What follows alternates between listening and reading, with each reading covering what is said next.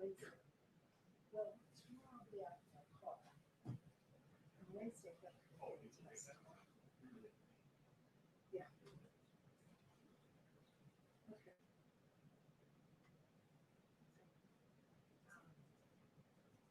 So, what I really want to do is think about it. And get a test. So I'll see if I can get that. So we can come back. You call it. I stay with the south. So wherever.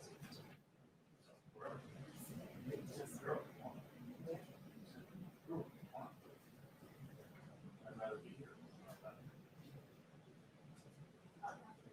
Yeah.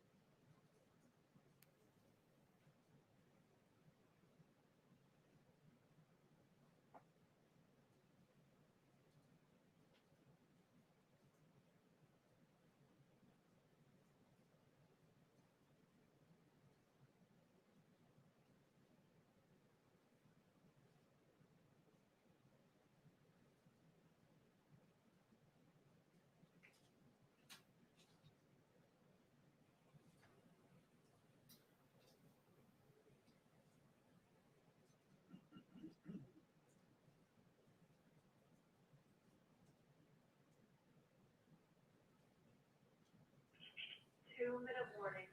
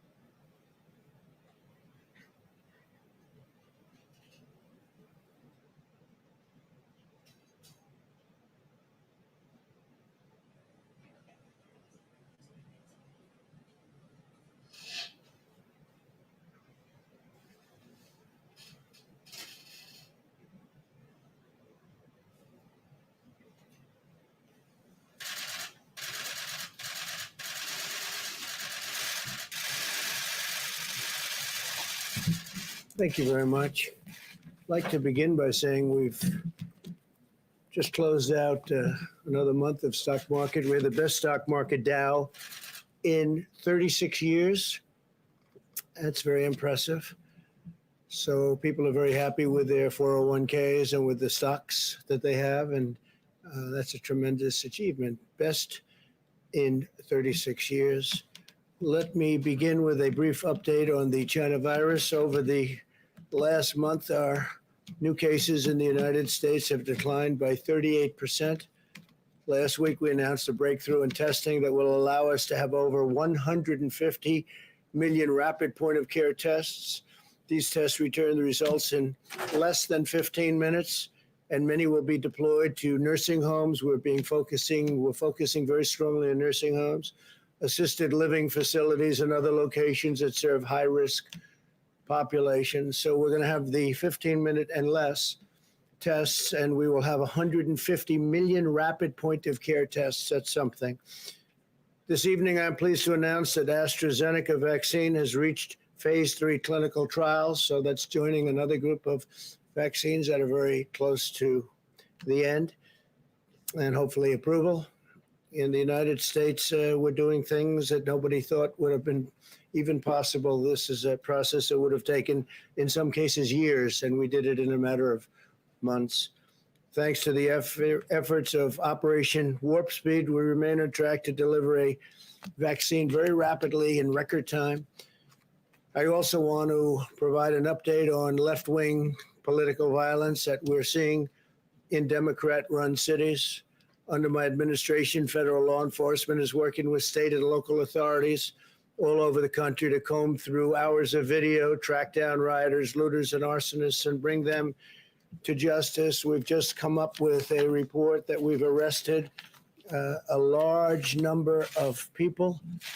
It's over 200, and you'll be hearing about that, but they've been arrested in various cities throughout the United States. We're doing it very low-key, but we're trying to help cities. They are, in all cases, Democrat-run, but we're doing the best we can to help them without really much of a consent. We'd like to have the consent. As an example, in Portland, we could solve that problem in approximately 1 hour, but the mayor refuses, perhaps for political reasons. I don't know why it's good for him to have a city that's falling apart and that's under siege now for 94 days. But really, it's been under siege for years, if you know Portland. So to the mayor, I say, whenever you're ready, let us know. We'll solve your problem of violence. We'll solve your problem of crime. We'll arrest those criminals very rapidly, and you'll be able to have some nice evenings in Portland.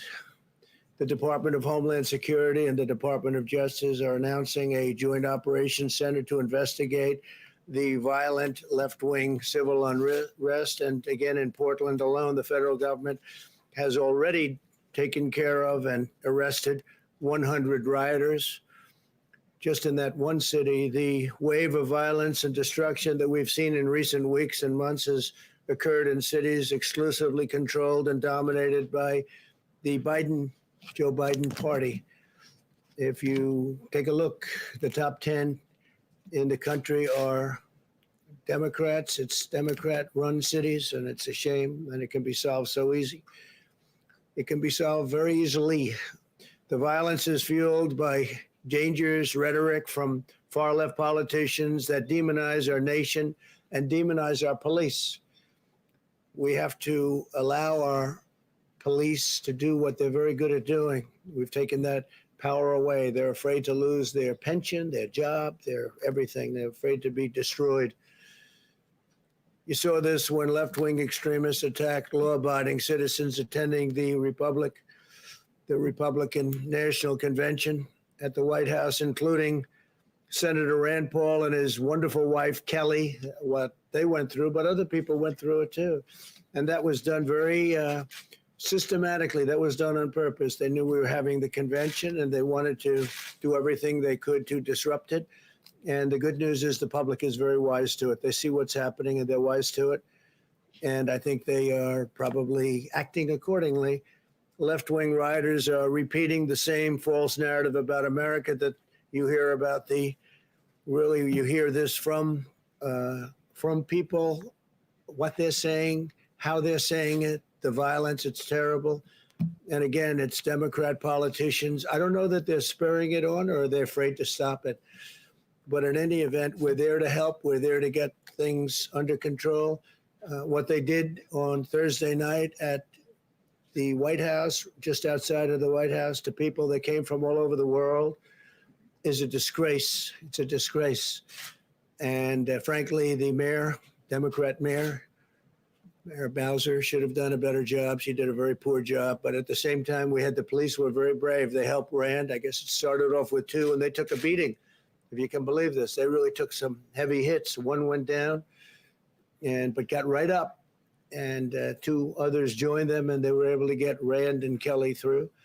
But it was a terrible, terrible thing to witness. But other people went through similar, not to the extent in terms of taping. We don't have the tapes as strong, but some people went through, from what I heard, as bad or worse.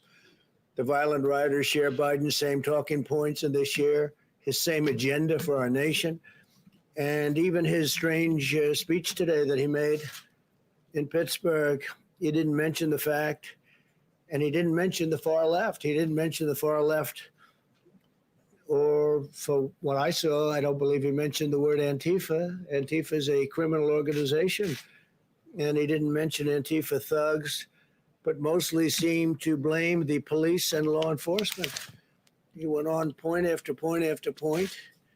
He even talked about those on the right, but he didn't talk about those on the left, and those on the left are the problem, and Antifa is the problem. The rioters and Joe Biden have a side. They're both on the side of the radical left, and that is so obvious. And Until that neutralizes, you're never going to have safe areas in those Democrat-run areas. For months, Joe Biden has given moral aid and comfort to the vandals, repeating the monstrous lie that these were peaceful protests. They're not peaceful protests.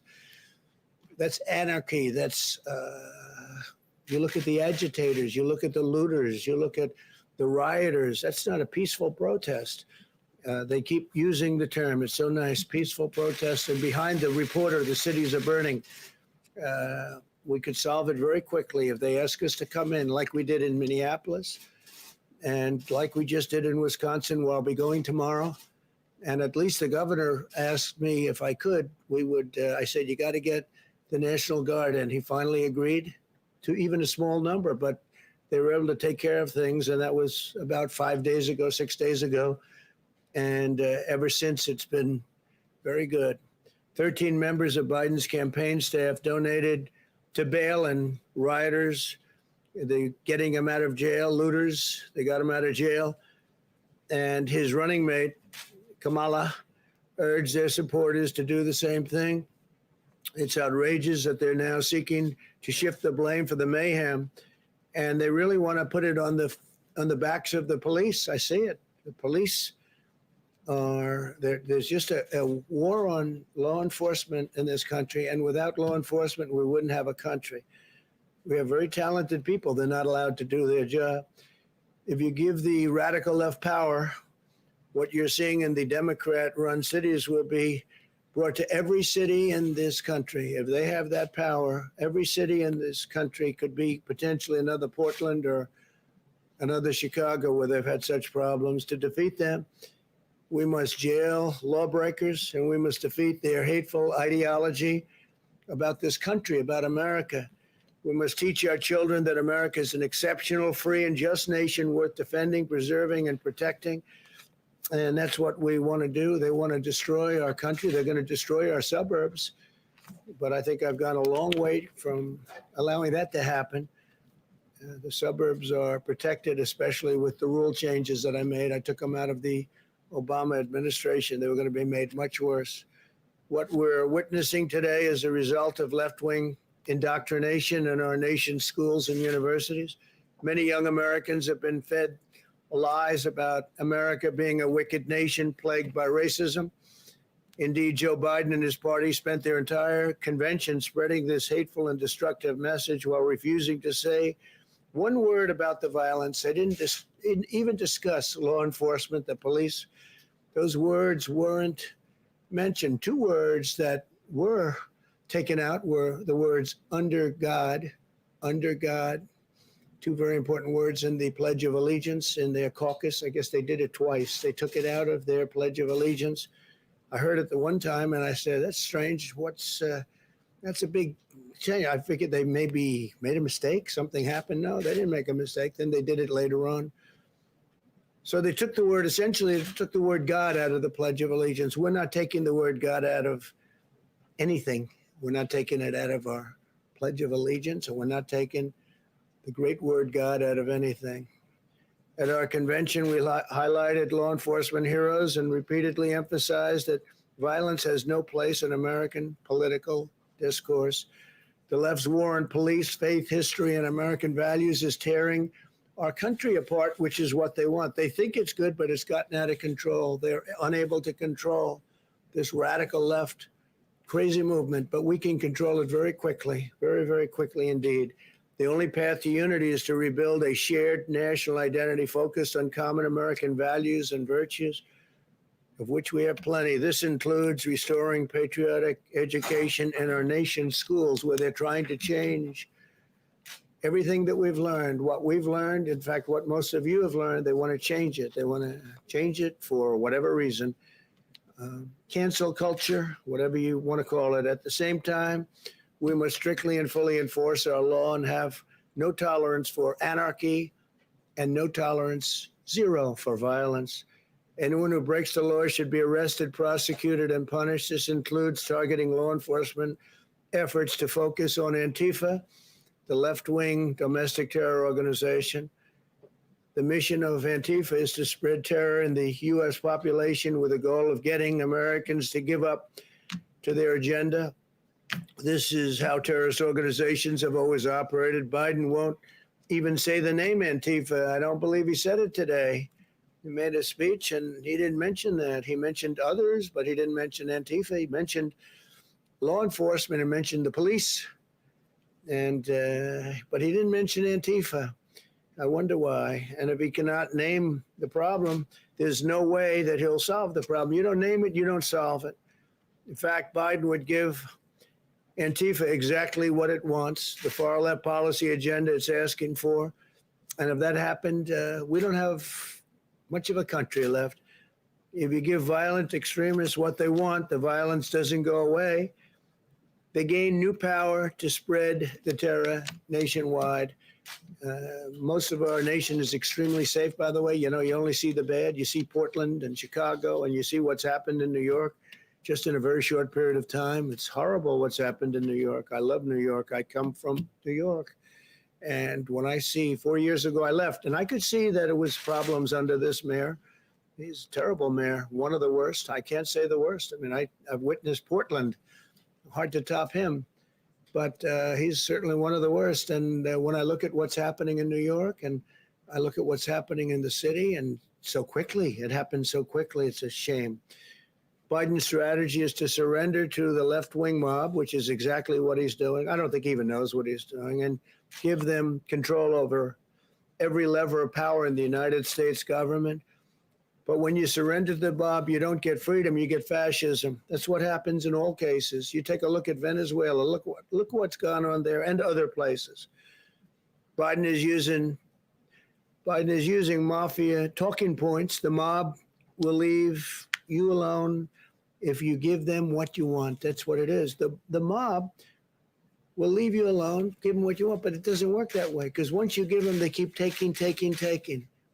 What happens is you give and give and give and you take, and they no longer respect you.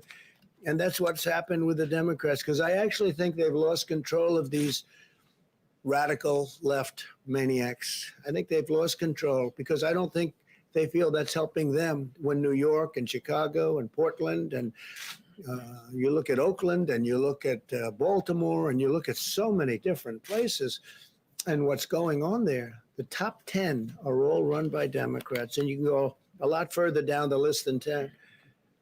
In America, we will never surrender to mob rule, because if the mob rules, democracy is indeed dead. The reason we're continuing to see violence in left-wing cities today is that liberal politicians, mayors, prosecutors, and judges are refusing to enforce the law and put the rioters in jail. These are rioters. These are dangerous people. These are killers. They kill a lot of people, and they don't even think about it. They wake up the next morning. They don't even think about it. This is the extreme left's agenda for America. They want to appoint radical prosecutors, judges, and federal officials who will set criminals free. Their stated plan is to cut police funding, abolish cash bail, close down prisons, re-educate our children, preach left-wing social justice, establish a national sanctuary for criminal illegal aliens, and abolish the death penalty, even for cop killers. No one will be safe, and in fact, they want very much to let people in prison, like as an example, the Boston bomber. They want to let everybody vote. If you're in prison, if you're the Boston bomber, they want you to have a vote. I don't know. I don't think that sells too well. My administration is a very different approach. We want states to work with us to deploy the National Guard to quell the unrest. All they have to do is call us. We will have the National Guard. We're prepared. We're ready to go no matter where they may call from. Any part of the country, East Coast, West Coast, doesn't matter. We're ready to move immediately, as we did in Minneapolis, we are ready to move as quickly as you can imagine. Tomorrow I'm going to a place where we move very quickly. You know that, in Wisconsin, and we move very, very quickly. And as soon as we moved, that was the end of that. It was very well behaved. I'll appoint more tough-on crime prosecutors, support stiffer penalties and longer jail terms for rioters, and support effective policing methods that are proven to be great crime reducers. When you enforce the law, order follows, and we need order. We need order. You can't have cities run like these cities are run. They gave a little, then they gave a little, then they gave a little more, and all of a sudden they've lost these cities. But I'll get them back very quickly. All they have to do is say, please come in. As you know, they have to ask, unless we go a much tougher route, which we could, but you don't like to do that. They have to ask you to come in. When they ask me to come in, we'll be there within a matter of minutes. When I signed the executive order outlining 10-year prison sentences as an example for destroying monuments and statues, it immediately stopped. That was 3 months ago or so. I signed an order and it said 10 years in prison, 10 years if you knock down a statue. It immediately stopped. I mean, to the best of my knowledge, I haven't seen it happening for about that time. They were going to have a big march on Washington. They canceled that march. They said 10 years is too long. Before the outbreak of left-wing extremism, our strategy produced a historic reduction in violent crime. In the last 2 years of the Obama administration, murder increased 30% in major American cities, and we witnessed the largest 2-year nationwide increase in murder in over a half a century. In the first 2 years of my presidency, the number of murders went down significantly. Earlier this year, we announced that Operation Legend, surging federal law enforcement to cities plagued by violent crime, and we did a lot of it. We did a lot of it very quietly, but we did a lot. Since the beginning of Operation Legend, we have conducted more than 1,000 arrests and reduced the murder rate in Kansas City, which is one of the cities we targeted, by 1/3. Got it down 33%. In the last month alone, we cut the murder rate in Chicago in half. People don't know that, but we sent them in to Chicago without fanfare at all, but we cut it down in half. It's still far too high. And if they'd asked for full help, as opposed to just sending in some very talented people, we'd be able to cut it down to a very low number.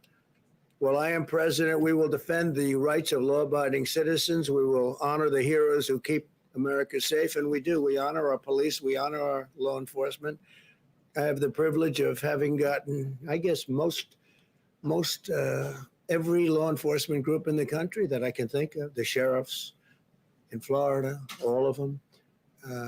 Law enforcement, Ohio and Texas, North Carolina. I mean, almost no matter where you look, I think I've gotten all of it. We'll have to do a little study so I'm totally accurate, but I would say all of it. And the ones who didn't, I think we have to look at them. Where do they come from? So we've done a real job. We're ready, willing, and able to help these Democrat-run cities that are doing poorly. They have to call and ask. All they have to do is call. They don't even have to put it in writing. We'll put it in writing later. We'll get them in there, and we'll straighten out the city very quickly, whichever city we may be talking about. So those governors that are responsible for a state that has a city that's got a lot of problems, call me, or the mayor can call me, and we'll be there very quickly. Tomorrow, we're making that trip to Wisconsin. I think a lot of you are going to be going, and it should be very interesting. It should be very interesting, but we're proud of it because in 6 days, it's been like a different world. And it took place immediately. As soon as we surged, as soon as we went in, it took place immediately. Okay, please. Thank you. Mr. President, are you giving any consideration, or did you give any consideration to the governor and mayor's request not to come to Kenosha tomorrow? No, because Kenosha was something we did a good job on. The governor didn't want us there. He didn't want the National Guard, as you know. He was very reluctant, but I give him credit because ultimately he said yes. And as soon as he said yes, the problem ended. But I have to see the people that did such a good job for me, and we're meeting with numerous people, and we have tremendous support in the state of Wisconsin. So I promise them when it all gets taken care of, we'll go. Concerns, though, that it could exacerbate tensions and increase violence. Do you give any consideration? Well, it could also increase enthusiasm, and it could increase love and respect for our country. And that's why I'm going, because they did a fantastic job. As soon as I called and told them, let's go, the whole problem stopped. That was, 6 days ago? Yeah, Jeff? Mr. President, why are you not meeting with the family of Jacob Blake while you're there? Well, I spoke with the pastor, wonderful man, the family's pastor, and I thought it would be better not to do anything where there are lawyers involved. They wanted me to speak, but they wanted to have lawyers involved, and I thought that was inappropriate, so I didn't do that. But I did speak with the pastor of the family, who's a fine man, a wonderful man, and I think we had a great talk. And I may at some point, do that, but they did have a lawyer that wanted to be on the phone, and I said, no, that's inappropriate, but I just gave my best regards. But again, I spoke with the pastor. Yeah, please. I have a question on coronavirus, but first, you were just criticizing Joe Biden, saying he didn't mention the far left or Antifa during his speech today. You said you wanted to talk about left-wing political violence. Yeah. But I noticed you did not mention that your supporters were also in Portland this weekend, firing paintball guns at people, some form of pepper spray. So do you want to also take this chance to condemn what your supporters did? Well, I understand they had large numbers of people that were supporters, but that was a peaceful protest. And paint is a defensive mechanism. Paint is not bullets. Your supporters, and they are your supporters indeed, shot a young gentleman who and killed him, not with paint, but with a bullet. And I think it's disgraceful. These people, they protested peacefully. They went in very peacefully. And I'll tell you what they're protesting. They're protesting when they turn on television or read whatever they may be reading, and they see a city like Chicago where 78 people were shot and 13 died, or a city like New York where the crime rate has gone through the roof, or a city like Portland where the entire city is ablaze all the time, and a mayor says, we don't want any help from the federal government. When these people turn that on and they see that, they say, this is not our country. This is not our country. That was a peaceful protest, totally. But it was a supporter of yours, Go Mr. ahead, President. Yeah, go ahead, please. It was a supporter of yours, Mr. President. Are you going to condemn the It actions? was a supporter of yours, Mr. President, Excuse me? who killed someone that is accused of killing Excuse two me? people. It was a supporter of yours. Saying, are you going to condemn the actions of vigilantes like Kyle Rittenhouse? We're looking at all of it. That was an interesting situation. You saw the same tape as I saw. And he was trying to get away from them, I guess, it looks like. And he fell. And then they very violently attacked him. And it was something that we're looking at right now, and it's under investigation. But I guess he was in very big trouble. He would have been, he probably would have been killed, but Do you think- it's under investigation. Do you think private citizens should be taking guns? I'd like to see everything? law enforcement take care of everything. I think everything should be taken care of, law enforcement. But again, we have to give our cops back, our police back their dignity, the respect. They're very talented people. They're strong. They're tough. They can do the job, but we've taken it away. We don't want to have, when somebody makes a mistake, he chokes, or in some cases you have bad cops, so we have to take care of that. In other cases, they choke. They have a quarter of a second to make a decision. And sometimes they make the wrong decision. If they make the wrong decision, if they make the wrong decision in the other direction, they're probably dead. So they choke sometimes. And that goes on the evening news for weeks. And the thousands and tens of thousands of great things they do, nobody covers that. Nobody writes about that. But if they make a mistake, and again, the bad cops, everybody agrees they have to be very tough on bad cops. But sometimes you have a cop or a police person who is a good police person, right? Good. But they choke. The timing, and they go through this and they study this and they work on it all the time. They literally have a quarter of a second to make some of these decisions. And they make a wrong decision, and it's very devastating. But I will say this, I honor law enforcement. We wouldn't be here right now if it wasn't for law enforcement. We have to stop this horrible left-wing ideology that seems to be permeating our country. And basically it's weakness. It's weakness on behalf of Democrat politicians or Republicans. We don't have problems. You take a look at our cities. Our cities are doing very well. They're safe. They're secure. I spent a lot of time in Texas, as you know, just a couple of days ago. And I was with the governor of Texas, Greg Abbott. He was explaining they wouldn't put up with it for a minute. They just don't have the kind of problems that other people have. Thank you very much. I appreciate it. Mr. President,